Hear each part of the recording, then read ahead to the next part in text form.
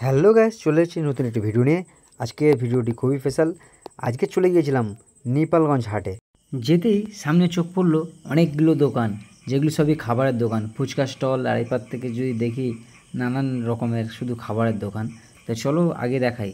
সামনের দোকানে কাকু দেখো রোল ভাজছে। আমি তো ভাবছি কাকু রোল ভাজছে না আমার দিকে দেখছে। তো যাই হোক, সামনের দিকে আমি যেতে থাকলাম।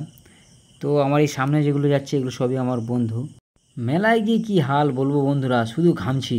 এই দেখো আমার শরীর থেকে সব ঘাম বেরিয়ে গেল। তারপরে চলে যাবো এখান থেকে সেলের দোকানে। দেখতে পাচ্ছ সব সেল লাগানো আছে, উপরে সব দেয়া আছে 50%, 40%, 70%, 80% সেল। তারপরে এখানে চলে যাব আমাদের ট্যাটুর দোকানে। যে একটা মহিলা ট্যাটু করছিল সেটা দেখছিলাম একদম রোমাঞ্চকভাবে, খুব সুন্দর একটি ময়ূরে পালক করছিল।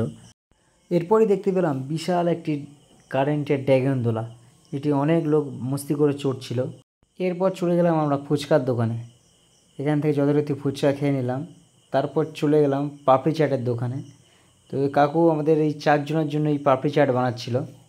আর কাকুর দোকানটাই যে খুব সুন্দর, পাপড়ি চাটটা খুব সুন্দরভাবে তৈরি করছিল। তা সেটাই আপনাদের এখন দেখাবো।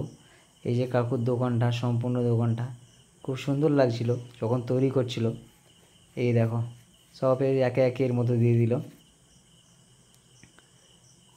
এই যে কোটোতে মেশানো জিনিসগুলো একে এক দিচ্ছে।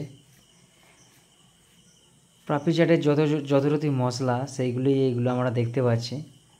এর মধ্যে এই দিয়ে দিল। তারপরে এই যথারীতি আমাদের হাতে চলে এসছে, 4 জনের হাতে 4টে। তো আমাদের পাপড়ি চাট রেডি, শুধু খাওয়ার অপেক্ষা। আর দেখা হচ্ছে নতুন কোনো ভিডিও। টাটা।